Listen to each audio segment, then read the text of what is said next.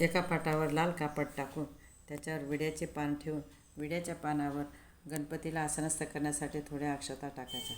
गणपतीची चंदन, कुंकू, अक्षता, दुर्वा, फूल वाहून पूजा करायची.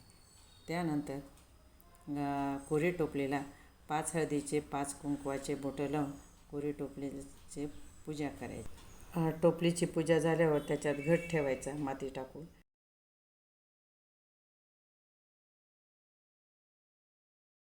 आणि नंतर मग दिव्याला आसनस्थ करण्यासाठी त्याच्या खाली अगोदर हळदी कुंकू टाकून दिव्यामध्ये वात टाकून तेल टाकून दिव्याची पूजा करायची.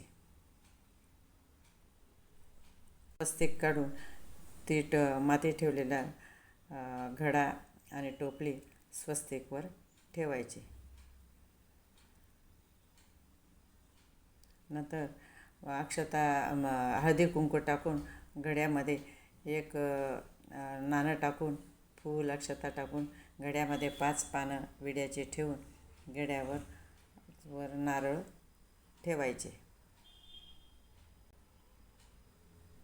नारळावर स्वस्तिक काढून मग नारळ घड्यावर ठेवायचे.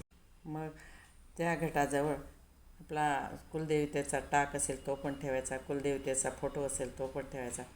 कुलदेवतेची पूजा करायची आणि 5 प्रकारचे 7 प्रकारचे धान्य घ्यायचे आणि त्या घड्याच्या बाजूला म्हणजे टोपलीमध्ये चहूबाजूला टाकायचे.